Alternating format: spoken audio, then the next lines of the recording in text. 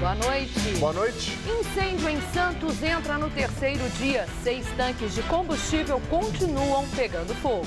Termina o trabalho de retirada de destroços de queda de helicóptero na Grande São Paulo. 5 pessoas morreram no acidente, entre elas o filho mais novo do governador Geraldo Alckmin. Erro de pilotos provocou a queda de avião na Argélia. 118 pessoas morreram. O acidente aconteceu em 2014. Fidel Castro faz a primeira aparição pública em um ano. Exposição em São Paulo mostra por que a Holanda é a terra das bicicletas.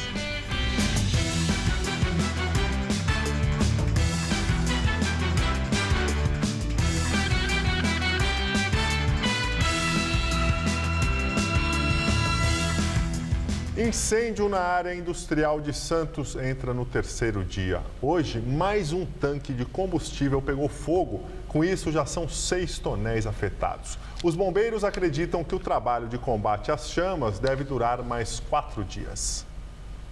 O incêndio começou por volta das 10 da manhã de quinta-feira.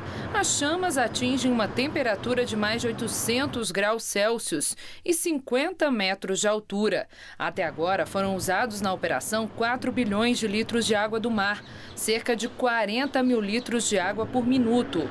Os tonéis da empresa Ultracargo continham entre 5 milhões e 10 milhões de litros de etanol, gasolina e diesel. Segundo os bombeiros, ninguém morreu no incêndio. O acesso ao Porto de Santos pela rodovia Anchieta continua fechado.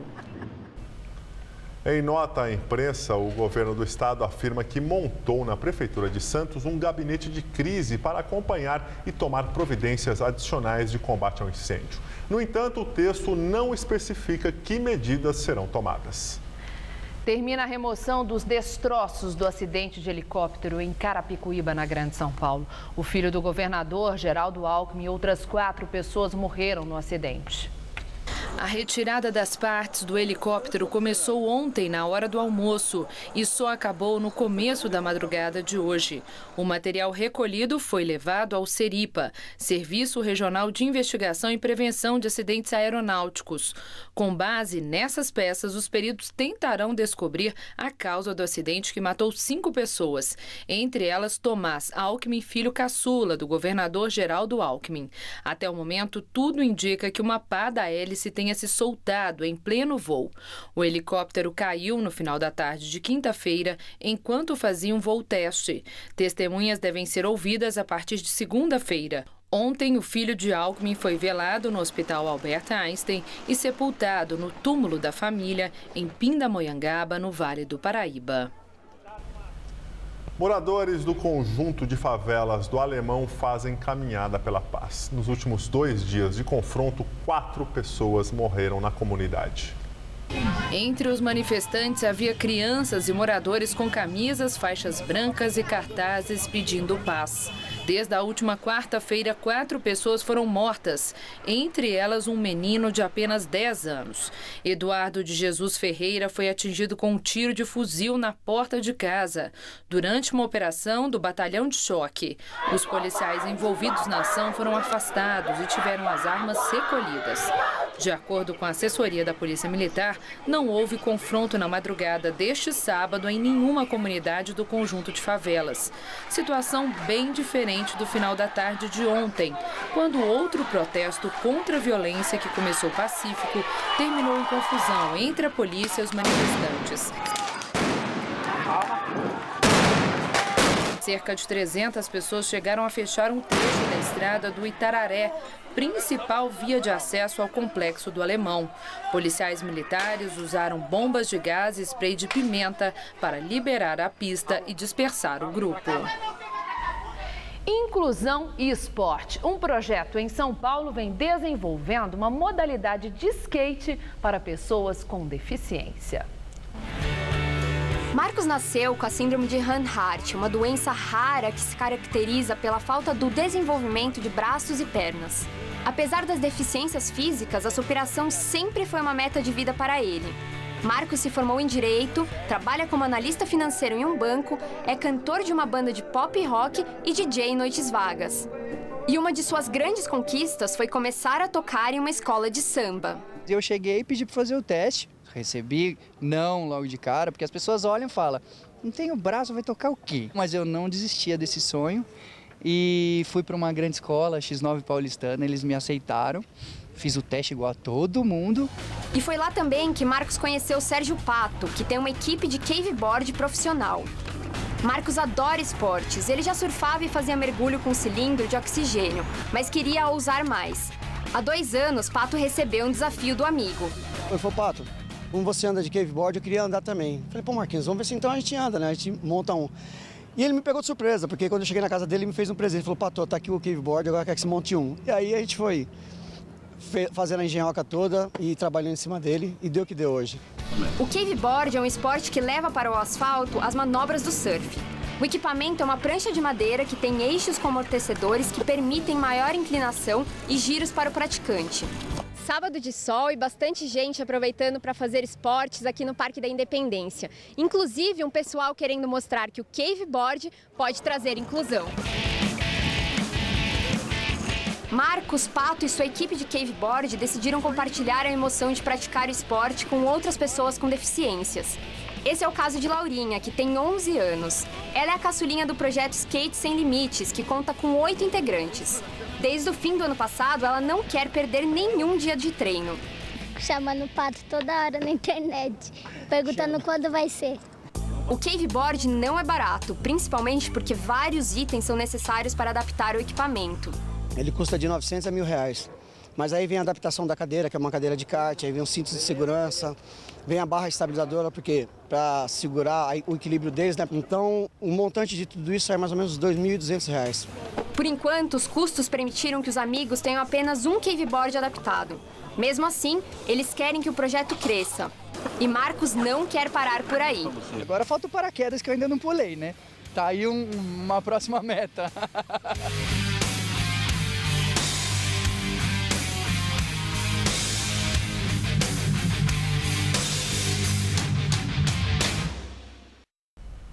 E o tempo vem mudando bastante. Hoje foi mais um dia quente e seco na Grande São Paulo. Aqui na capital paulista, a máxima chegou hoje aos 27 graus e não choveu nada. Agora à noite a temperatura caiu um pouco e faz 21 graus. E como será que fica o tempo neste domingo de Páscoa? Vamos aos detalhes da previsão com Luciana Magalhães.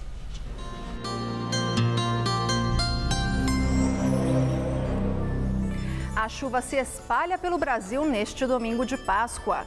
Não são esperados grandes volumes de chuva ou temporais, mas em todas as regiões brasileiras o sol aparece entre muitas nuvens e ocorrem pancadas principalmente a partir da tarde.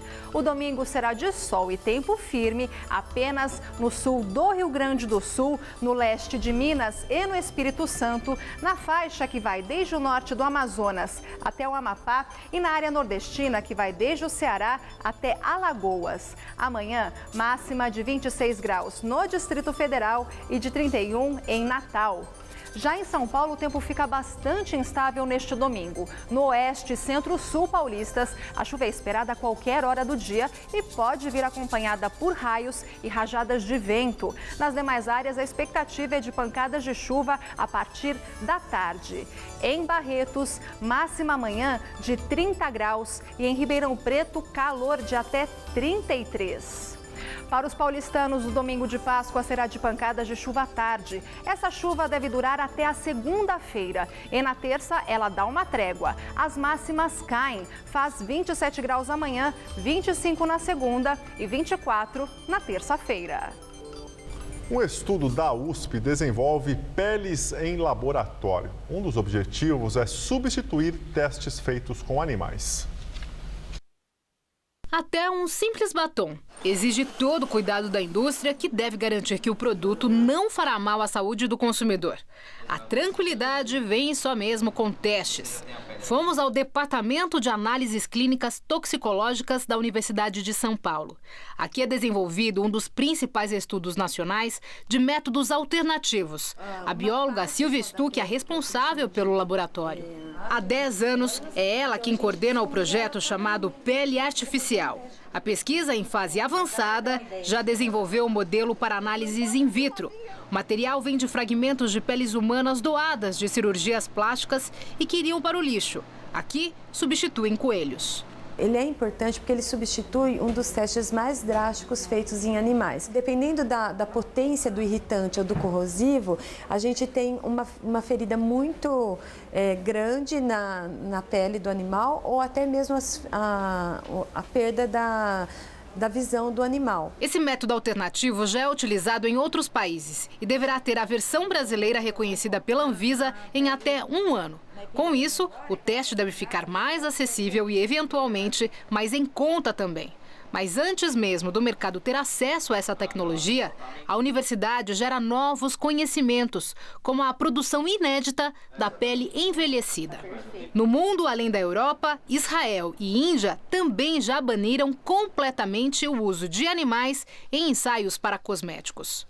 A Europa levou 20 anos para banir os testes em animais dos cosméticos e investiu nesse período 238 milhões de euros, algo em torno de 750 milhões de reais. Já o Brasil teve a sua primeira e, por enquanto, única iniciativa nesse sentido em 2012, com a criação do RENAMA, a Rede Nacional de Métodos Alternativos. Mas por aqui o gasto foi bem menor, cerca de 400 mil euros ou R$1,5 milhão de reais.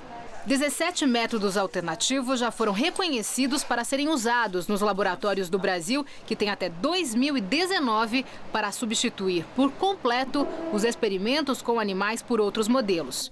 Segundo a Associação da Indústria de Cosméticos, o uso de animais já é muito pequeno, mas ainda existe. O australiano Peter Singer, professor de bioética da Universidade de Princeton, nos Estados Unidos, e o primeiro a questionar a ética no uso dos animais para esses testes nos anos de 1970, elogia São Paulo. Ele diz que sem uma legislação, sempre haverá experimentos em bichos e que o Estado serve de exemplo. There will always be products that are tested on animals, and there will be consumers who either don't care or don't bother to check who are buying those products. O desafio agora é mudar anos e anos de prática com animais e capacitar cientistas para a nova realidade. Isso leva tempo e custa caro, mas se há um consenso é que este é o futuro. Tchau. Saiba agora quais são os destaques das principais revistas semanais de informação do país. Com a chamada Joaquim Manda, Carta Capital explica por que Dilma Rousseff se tornou refém do PMDB e também de seu ministro da Fazenda. Já a Época traz uma reportagem sobre o combate à corrupção e diz que somente a reforma política não é capaz de acabar com o problema. Em uma matéria especial de Páscoa, a Veja destaca o poder da ressurreição e como o grande dogma do cristianismo resiste em um mundo cada vez mais cético. Veja as manchetes de amanhã dos 2 principais jornais de São Paulo. Folha de São Paulo, cai investimento público em obras e equipamentos. Segundo a publicação com arroxo, Lava Jato e crise econômica, Tesouro gasta 31% a menos no primeiro bimestre. O estado de São Paulo, base aliada, vota tão desunida quanto na época do mensalão. De acordo com o jornal, falta de coesão em votações da Câmara em meio à Lava Jato atinge índices semelhantes aos da crise em 2006.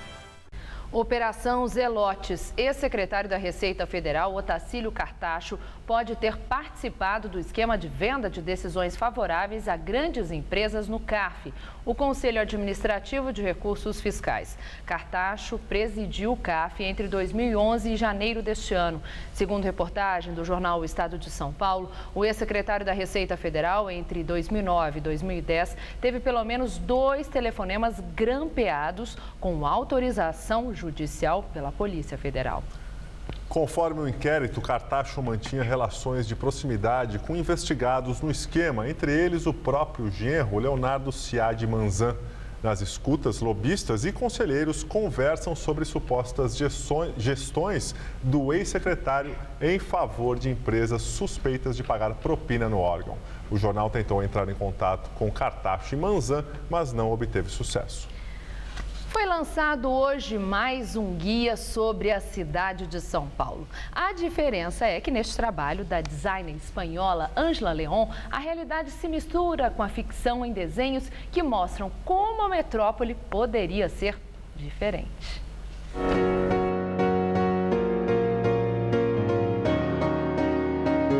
Na confusão do trânsito, no meio da sujeira das ruas e dos rios, quem já não parou para pensar como seria a São Paulo ideal para se viver? Foi justamente o que fez uma designer espanhola que morou aqui por 4 anos. Ela acaba de lançar o Guia Fantástico da cidade de São Paulo, com seus sonhos para essa metrópole tão confusa. A São Paulo do Guia de Ângela mistura realidade e ficção. Ela desenha os pontos mais importantes da cidade e sobre eles cria o seu ideal. Para ela, os rios da metrópole são limpos e navegáveis. As frutas e verduras desembarcam de barco direto no mercado municipal. Se os rios na realidade fossem valorizados, a cidade ganharia muito em qualidade meioambiental, mas também de logística, né, como para utilizar os rios como via de transporte e também, desde um ponto de vista mais humano, seria um espaço de lazer. Sob a Avenida Paulista, onde Ângela descobriu antigas galerias, ela sugere uma piscina, bem parecida com aquela que refresca as pessoas em cima do Minhocão. Aliás, o viaduto serviu de inspiração para um grande playground, com balanços pendurados sobre os carros. Os desenhos de Ângela acabaram chamando a atenção da Prefeitura de São Paulo, que convidou o coletivo de artistas Basurama para uma intervenção com balanços no viaduto do Chá. O livro lançado hoje custa R$ 50 e está à venda em algumas livrarias e bancas do centro da cidade. A obra foi financiada por uma plataforma de arrecadação na internet. A partir dele, cada um pode sonhar com aquilo que também deseja para a cidade. Um exercício que nem sempre é fácil. Eu acredito que é impossível, aqui em São Paulo. A gente continua sonhando, né? Eu não sei se vai dar tempo de eu assistir alguma coisa. Pensa muitas coisas para melhorar. Se dependesse da gente, seria o ideal, né? É um guia para desfrutar da cidade, para valorizar o lazer na cidade, que acho que falta em São Paulo, né? Desde um ponto de vista mais humano.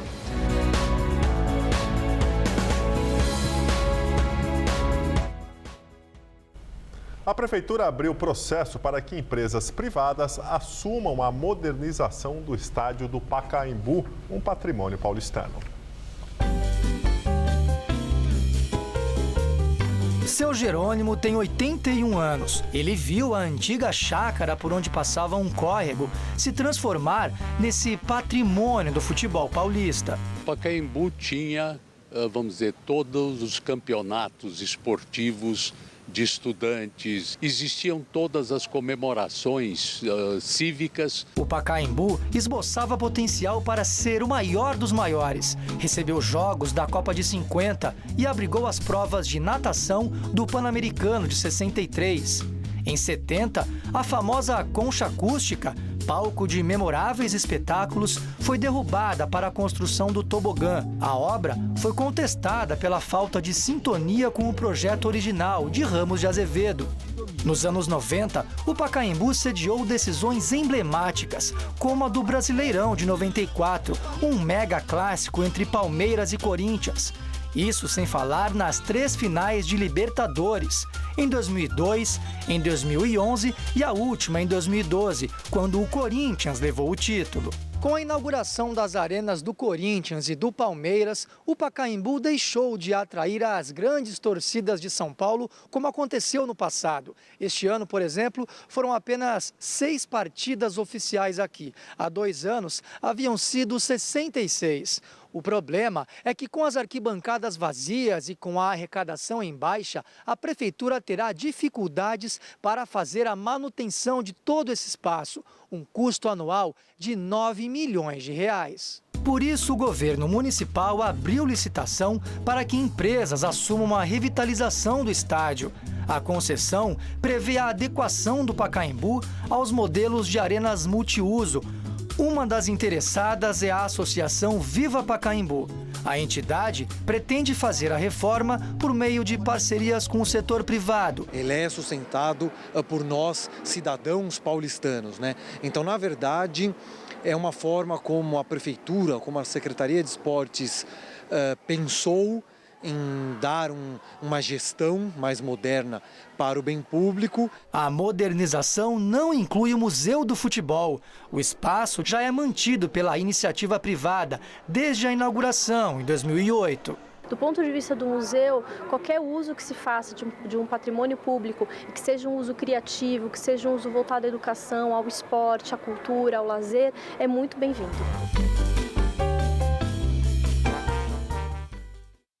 Daqui a pouco, Fidel Castro faz primeira aparição pública após mais de um ano. E a lua de sangue? Eclipse no qual a lua fica avermelhada pode ser visto em parte dos Estados Unidos, Oceania e na Ásia Oriental.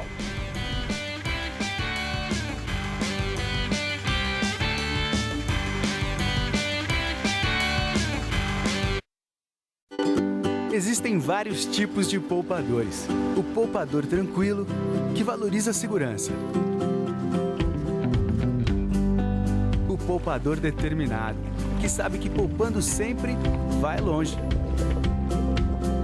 Ah, e o poupador planejado, aquele que hoje já pensa no futuro. Para esses e outros tipos de poupadores, Poupança Fácil Bradesco, o seu jeito de poupar. Se você quer estudar jornalismo, relações públicas, publicidade e propaganda ou rádio, TV e internet, a Faculdade Casper Libero é o seu lugar. Quer conhecer? Eu te levo! Aqui a gente aprende na sala de aula e também em laboratórios de rádio, fotografia, edição de imagens e estúdios de TV. Você também pode colaborar em revistas, sites, programas de TV e rádio laboratoriais. E tem oportunidade de estágio dentro da Fundação Casper Libero. São mais de 60 anos de tradição numa localização incrível. Faculdade Casper Libero, formando os melhores profissionais da comunicação. Quer saber mais? Acesse nosso site. Neste domingo de Páscoa, a gente espera muitos ovos e muitos gols. Os principais times paulistas já garantiram lugar na próxima fase do Paulistão. Mas a emoção continua e com direito a clássico. Corinthians e Santos se enfrentam e você confere lance a lance no Mesa Redonda, neste domingo, 9h30 da noite.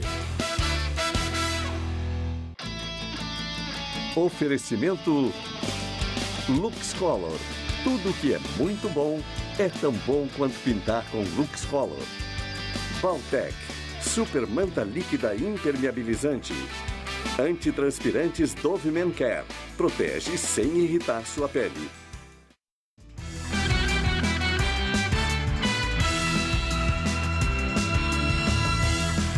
Um erro humano pode ter causado o acidente com o avião da companhia aérea africana Air Algérie. A tragédia aconteceu em julho do ano passado, no trajeto entre Burkina Faso e Argélia. 118 pessoas morreram. Segundo o Comitê de Investigação e Análise responsável pela verificação das causas do acidente, os pilotos não ativaram o sistema de congelamento das sondas de pressão do avião, o que levou os computadores de bordo a registrarem dados errados sobre a pressão no interior do aparelho. Isso teria causado uma redução de velocidade que fez o avião perder sustentação. Os resultados definitivos da investigação devem ser publicados no final deste ano. Ex-presidente cubano Fidel Castro faz a primeira aparição pública após mais de um ano recluso. Em fotos divulgadas pela imprensa oficial cubana, Fidel aparece cumprimentando pela janela de seu carro membros de uma delegação venezuelana que visitava o país em uma missão de solidariedade. Segundo testemunhas, o ex-presidente cubano aparenta boa saúde e permanece lúcido. A última aparição pública de Fidel tinha sido em 8 de janeiro de 2014, na abertura do Centro Cultural de Havana.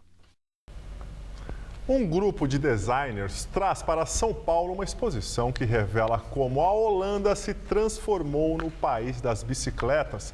Veja na videoreportagem de Renata Falzoni.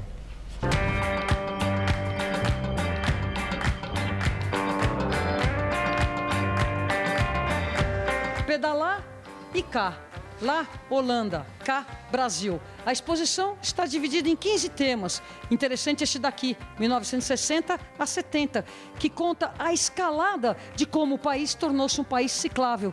É uma coisa que é dia a dia, todo mundo anda na bicicleta, rico ou pobre, jovens, velhos, políticos, até as pessoas da rainha, ela anda bicicleta. Quando eu comecei a andar bicicleta aqui 10 anos atrás, não tinha quase ninguém andando, muito pouco. Agora tem muito mais, então por isso que a gente também queria mostrar, porque agora tem um movimento de bicicleta aqui que está muito forte. É basicamente um meio de transporte que acabou se tornando a identidade de uma nação. Isso é muito interessante. Então, eu acho que nesse momento essa discussão vem toda à tona com essa nova ocupação da cidade, tanto pelos ciclistas como pelos pedestres. E eu acho que a exposição contribui para mostrar uma experiência muito consolidada nesse sentido. Então, como o Museu da Casa Brasileira discute as questões da ocupação e da qualidade do espaço urbano, então a gente julgou pertinente trazer esta discussão para o espaço do museu. Até o Fenômeno teve que aprender a pedalar em 95. Olha, o que mais me impressionou foi o fato da ministra ter trocado o carro oficial pela bicicleta. Isso só pode ser na Holanda mesmo, né? E eu fiquei assim, achei super bacana esse display das bicicletas. Adorei o vídeo. E essa bike aí, achei o máximo. Todas as bicicletas holandesas sempre foram bicicletas bem simples, bem prático, muito durona. O holandês que é uma bicicleta que não quebra, ele tem um freio atrás e aqui isso não é muito normal. Aqui é sempre à mão, as pessoas não estão acostumadas com isso, mas esse freio é o típico holandês. Já vem com a tranca. Sim, ele vem já com tranca embutido, que é muito prático. Para ver como é que todo mundo tem esse problema, só em Amsterdã mais ou menos 260 bicicletas são roubadas por dia, sem violência. Eu acho que a nossa sociedade é muito democrática, uma sociedade muito social, não tem muita diferença entre rico e pobre. Então, por isso que a bicicleta funciona lá. Eu acho que isso ajuda realmente a sociedade a ficar mais social ainda. A exposição Pedalar e Cá fica aberta até o dia 10 de maio, de terça a domingo, no Museu da Casa Brasileira. A entrada é gratuita nos finais de semana e feriados.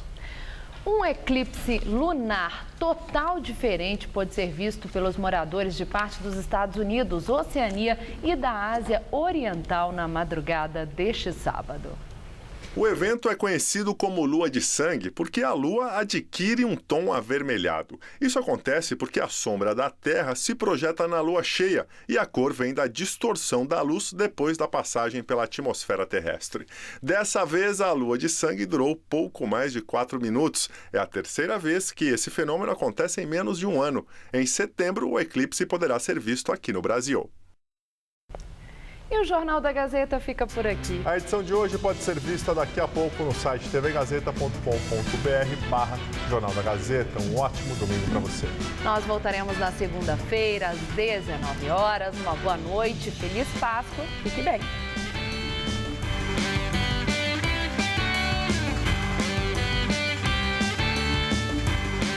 Neste domingo, 11h30 da noite, no Vem Comigo, conheça uma iniciativa que ajuda jovens artistas. Assista agora, Gazeta Imóveis.